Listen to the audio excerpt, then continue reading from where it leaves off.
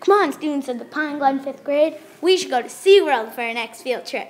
How do we do it from the beginning? Have you ever seen an orca ride a roller coaster that looks like a giant stingray? Seen a show with humorous sea lions? Well, SeaWorld has all these things. SeaWorld is very educational. Students would learn a lot. In my opinion, SeaWorld is the best place for a field trip. The first reason SeaWorld would be the best place for a field trip is there are many shows we can see. One show is the Seal and Sea Lion show. This animal puts on one show about a pirate and another that makes fun of all the rides, shows, and animals in the park. Also, you can see Shamu Rocks. This show is with the orcas. They're singing and dancing. If you sit close to the tank, you are in the splash zone.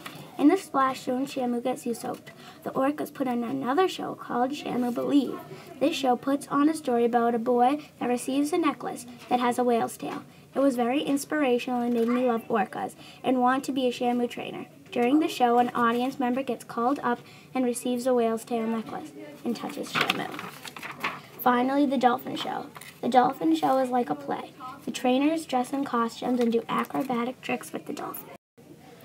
Another reason SeaWorld would be the best place for a field trip is there are many rides. One ride is the Kraken. It is one of the oldest rides in the park. It goes fast, upside down, and part of it even goes underground. The second ride is the Manta Ray. It is the newest ride in the park. This ride goes extremely fast. It goes upside down for most of the ride and almost goes underwater.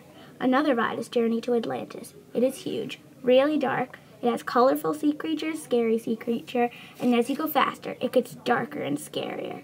At the end, you go down a really steep hill and get soaking wet. Another ride is the Wild Arctic ride. On this ride, you sit in a pretend helicopter and watch what's happening on a TV while the seats move.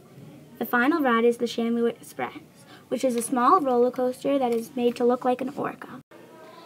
We will learn about different types of animals. One animal is the flamingo. They have a small-sized shallow pool in their habitat. Another animal is the penguin. They live in a big glass habitat that is icy, snowy, and kept cold.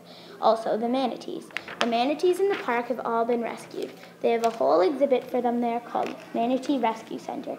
It has interesting facts about them there and tells people why they are endangered. Another animal is the beluga whale.